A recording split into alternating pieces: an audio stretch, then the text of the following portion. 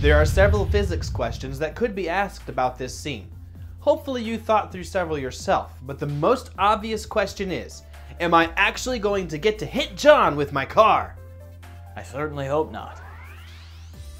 Anyway, there are a couple different ways we can go about answering this question. Take a moment now and plan out how you would solve the problem.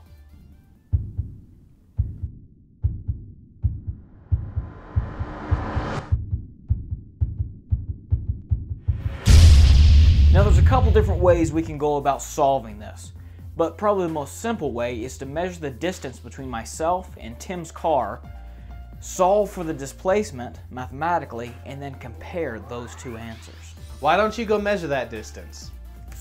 Right. From the video, we have the speed that I was going right as I slammed on the brakes, which was about 44 miles per hour.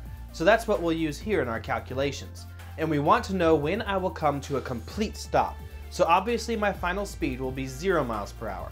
Once John brings us back the distance, we will almost have everything we need to find out if John would survive.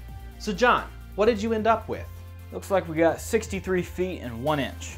The last material that we need is the deceleration of my car. Now to find the deceleration of Tim's car, Tim brought it up to several different speeds 5 times each. Then he slammed on the brakes to come to a complete stop. I then went and measured the stopping distance. We put all those numbers into a spreadsheet, and using an acceleration formula, we found the average constant for deceleration for Tim's car. Now that you have all the materials that you need, you can now find out whether or not I get hit.